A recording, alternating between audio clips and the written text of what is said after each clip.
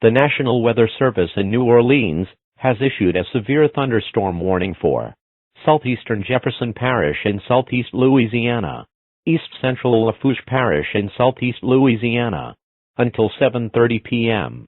At 7 p.m., National Weather Service meteorologists detected a severe thunderstorm capable of producing damaging winds in excess of 60 miles per hour.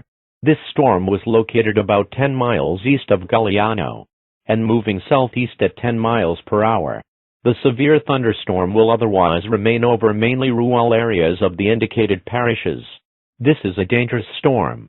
If you are in its path, prepare immediately for damaging winds, destructive hail, and deadly cloud-to-ground lightning.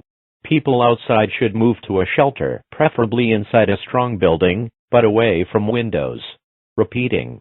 A severe thunderstorm warning has been issued until 7:30 p.m. for the following parishes: Jefferson and Lafourche Parish in southeast Louisiana,